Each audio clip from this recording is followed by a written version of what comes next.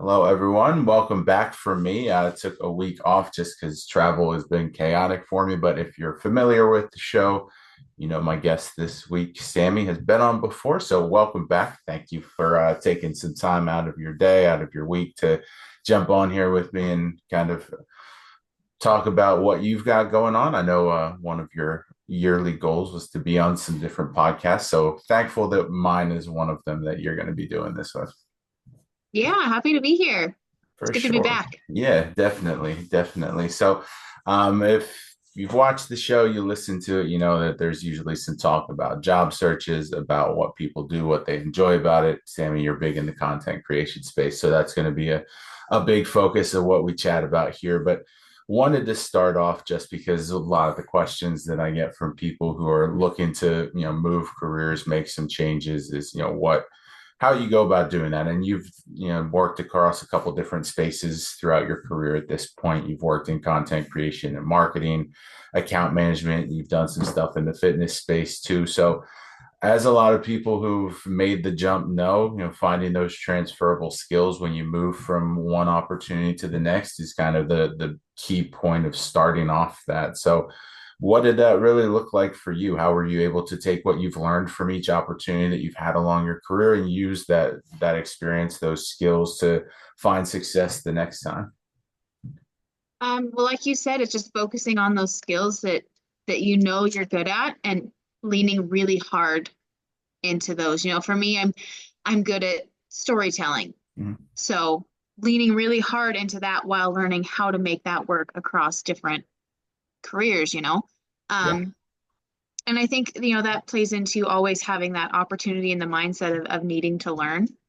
So, take the skills that you're good at, figure out how you can transform them into what you're doing right now. But don't forget, you know, if there's an area or a career that you would really like to get into, don't just look at what those people are doing, but look at the skills that make them really successful. Because there's a difference between, just being in an industry and succeeding in that industry. So look at what makes people really successful. Yeah, absolutely. Absolutely. And as part of that, I like to kind of get asked that question a lot just because when you're in different positions, there's obviously going to be some things that you like, things that you don't like about that. So while you were using that as part of your search, what did that look like for you? How did you really find the skills that you wanted to hold on to each time, that make sure that while you're determining your next steps, you were including that as part of your search? For me, that was a lot of trial and error. I ended up doing a few different things in the meantime, that like I don't talk about or that are not listed on my LinkedIn for very good reason because I was either really shit at them, and or I really hated it. Mhm. So I worked for I mean, I guess I could call it like a tech company. Um, Please stop. Sorry. I got stickers. I got stickers everywhere. Um, that they spoke to different businesses and created apps for them, which sounded interesting. And it's a very interesting process. However, my, hey, no, thank you. My skills did not play into that the way that I thought that they would. So like I was really great at talking to businesses and talking to people about it. But when it came down to it, I was not having fun. Right. Like it was not something that I wanted to do. So like while I could have done it, and there was just a handful of other things, I worked at the school in special services. Again, I absolutely loved the kids. I loved being at the school. I loved the environment. But at the end of the day, it was not something that I saw myself doing long term. Yeah. So for me, and I think that's just the best way. You learn best through experience in any way, in any industry, anything that you want to do. Mhm. So for me, that was really just taking the time to fail at a couple things before Yeah. I figured out this is really what I want to do. Yeah, absolutely. And if people are connected with you and follow you, they can see that you've been involved in, marketing services, branding opportunities. That's been the focus of some of the positions that you've really seemed to thrive in and enjoy in terms of your career steps. So what was it initially that appealed to you about working in that type of industry? And, now that you're doing it in the thick of it, what keeps you motivated to stay and challenge yourself with new projects, new opportunities that are really focused around branding, marketing, content creation type of opportunities? It was honestly, I like to say it was an accident. I started, I was an online fitness coach when online fitness coaches were not a thing yet. Hmm. This was 2015, 2016, where social media was still just for fun Yeah. and people were starting to promote themselves on there, right? People weren't making a whole lot of money on social media yet.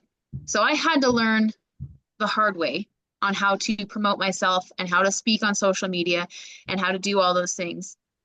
And as I got better and as I grew my following, I started to have other coaches or family members that had businesses reach out and ask for help on how to build up their brand. So it started as like a side thing where I would just kind of help. And then it was people reaching out and offering to pay me to help.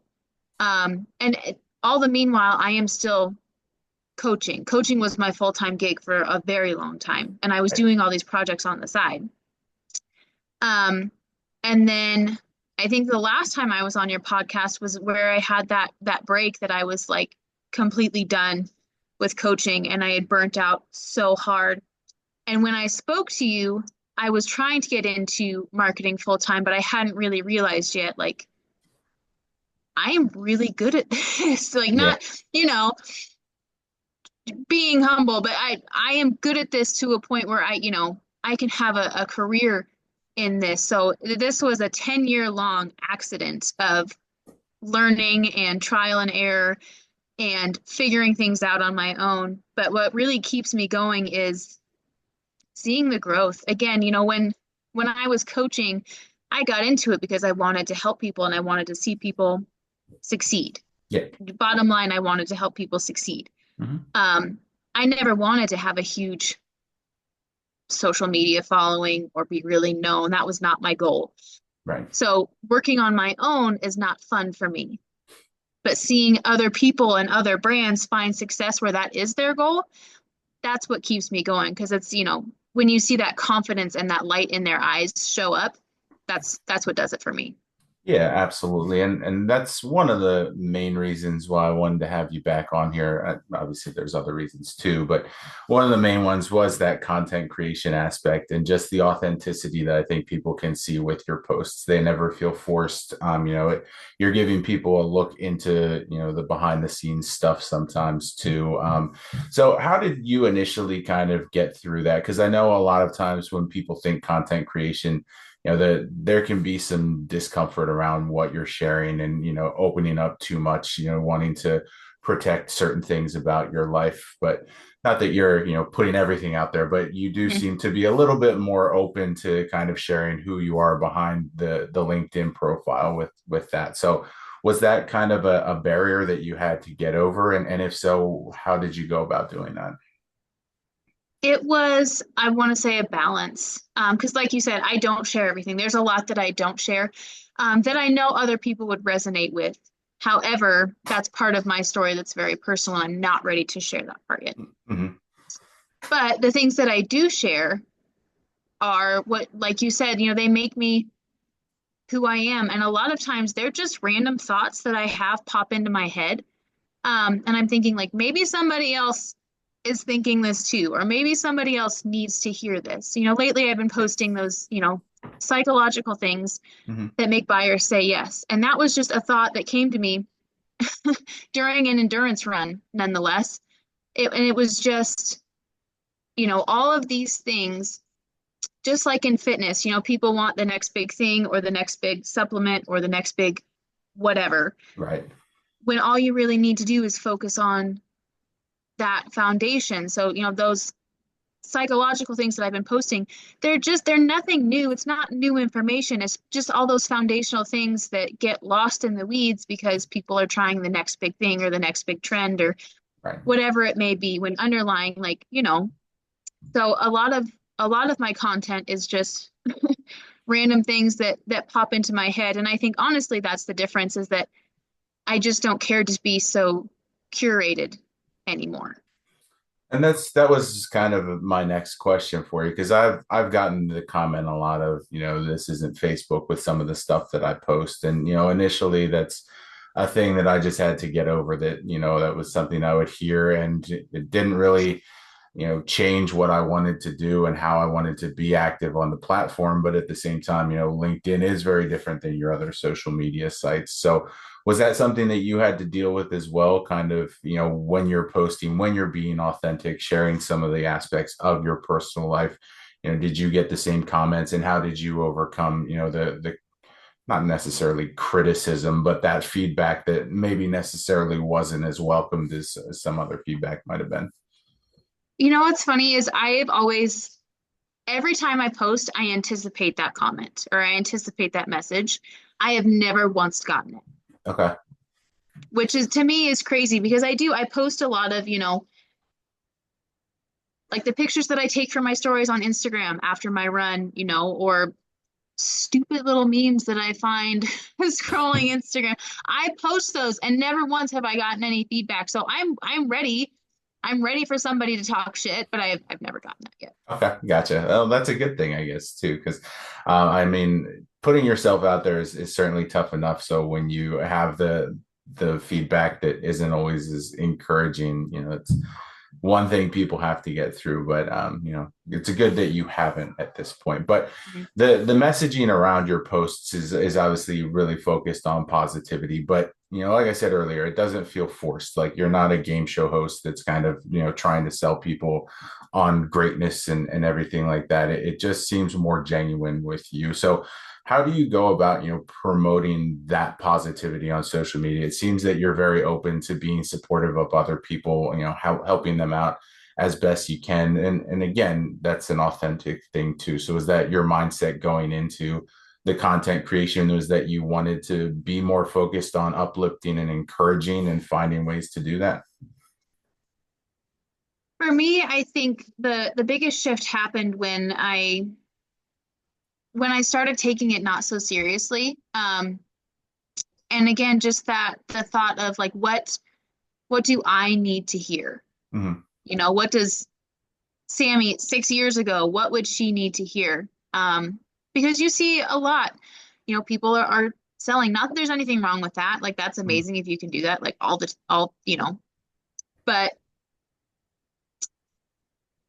for me, it goes back to, not being so perfect because I know like, I work really hard and I'm working on loving myself more and all the trials that I've had over the last few years. Like I said, I don't share everything, but it's been a tough couple of years, in my personal life. So when I post, my first thought is, if this could help somebody, if this could make anybody feel better or make somebody laugh, this is what's going on in my head. So it Mhm. always starts from a place of, what would I need to hear? And Yeah. I'm grateful that it comes off so positive because there are days where I have to trick myself, Mhm. where I'm having like just a mentally not a great day and I'm like, let's flip it. Like let's think of something that's going to make me laugh and like see if anybody else needs to laugh today. Yeah. Now, do you kind of set goals for yourself when it comes to posting? Because I've heard people, especially those in content creation, say, you need to post X amount of times a week. I'm not a content creator. I do put a lot out on LinkedIn and I try to stick to 3 times a week. And even that sometimes is like, I feel like I'm being repetitive at times and things like that. So, how do you push through managing that schedule, making sure that you are getting that content out while at the same time, not posting too often, not posting too infrequently, keeping that in mind as part of the algorithms that you obviously need to be cognizant of. Hmm.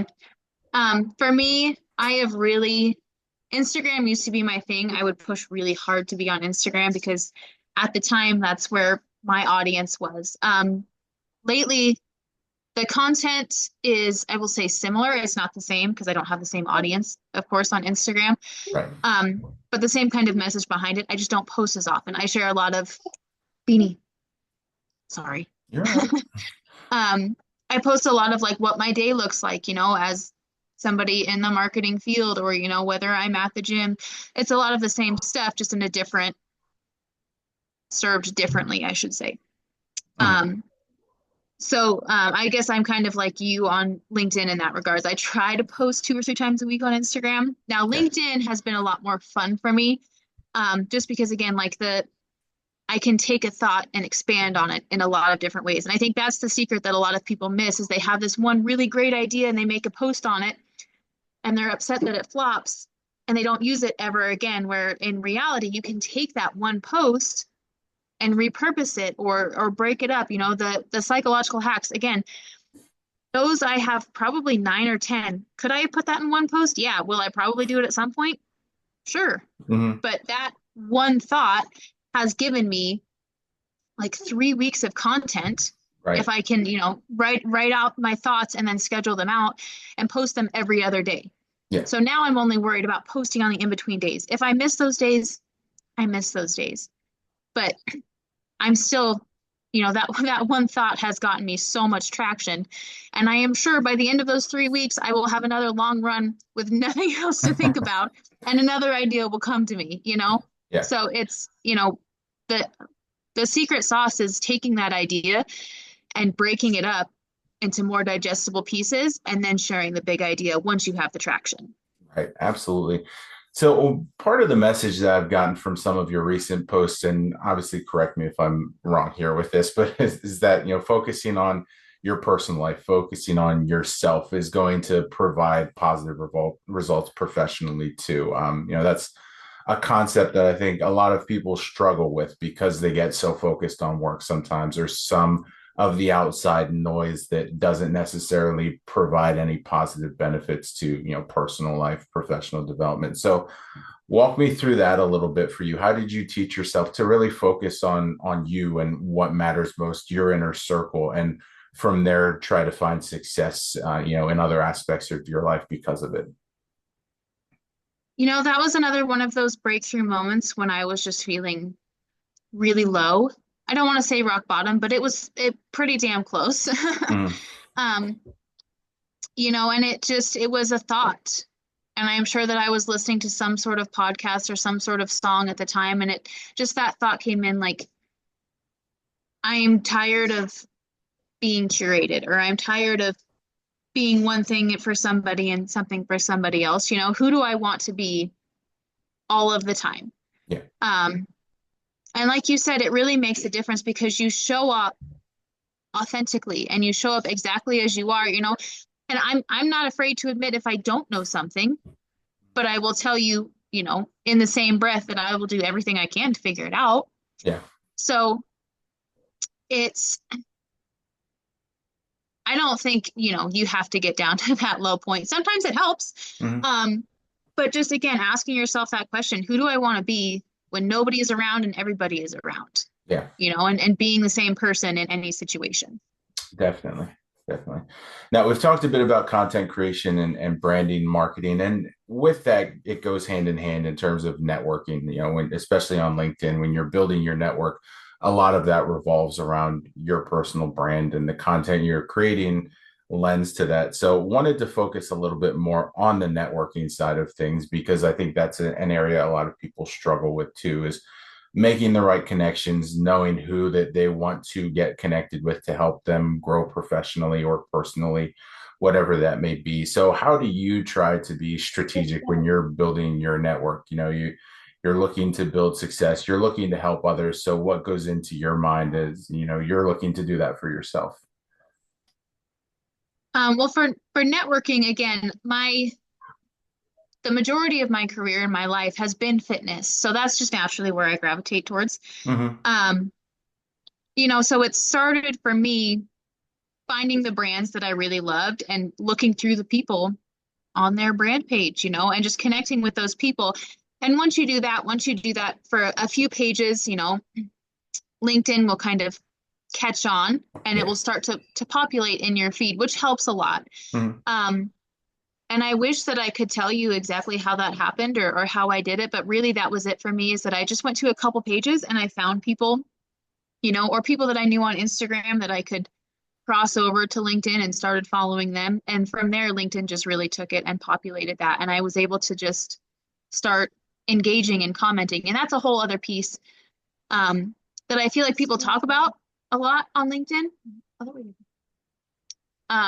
but forget to actually do Yeah. is engaging with people, but in a meaningful way. You know, Right. those like AI comments are garbage and everybody can tell Right. they're, Yeah. um, I've been getting a few lately that like are more in-depth AI, but they're still like AI that just like re-summarized everything I said Yeah. in a very like chat-like way. And I don't know how to respond to those, so I just like them and I walk away. Right. Yeah. Um, Absolutely. but that really increases your reach too, and it's just another way to show your personality and show who you are, that you're like a real human being, is taking time to engage meaningfully in those Mhm. comments. Yeah, absolutely. I love that you brought that up too. I've had a guy Cedric on my show a few times, and he's brought up the time that he tells people your AI is showing when that when those comments Yeah, come through. So that's a good one. I love that people are noticing that more and more because that does take away from the authenticity for sure.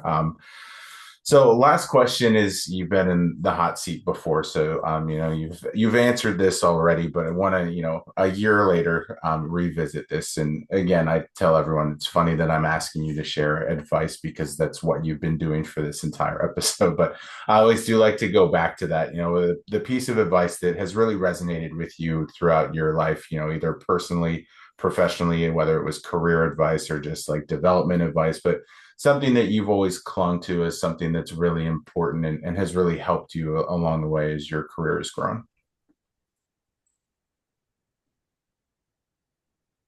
Be the person that you needed. I think I come back to that all the time. Um, whether you have a lot of support or not, when you think back on those times, in the moment, it is really hard to see that. But when fast forward 5 years and you think back on that, who's the person that you needed to see? How did they show up? And then mirror those actions, because that's how you get to be that person, is you have the notion and you follow through. Yeah, absolutely. Well, Sammy, I'm glad that you could join me again for this. It's always a pleasure to have you on. Especially wanted to get some insight from you about branding and content creation, since, like I said a few times now, and this isn't just a praise Sammy episode, but I do really enjoy your content and connect with what you have and the authenticity there. So if you're not following Sammy, connected with her, make sure you do that. Before I let you go, I know you've mentioned Instagram, but anywhere you want people to follow you, find you, feel free to do that. And then we'll wrap things up. Yeah, so my LinkedIn is just Sammy Norman, Sammi. Instagram is Sammy Norman Fit, same way, Sammi, and then FIT at the end. Because again, I fitness, that's just a thing. That's you. Yeah. So thank you again for taking the time. Everyone who's listening, watching, appreciate you stopping by, checking out the episode. Feel free to share in the comments what you enjoyed, what you resonated with, and we will see you next Monday.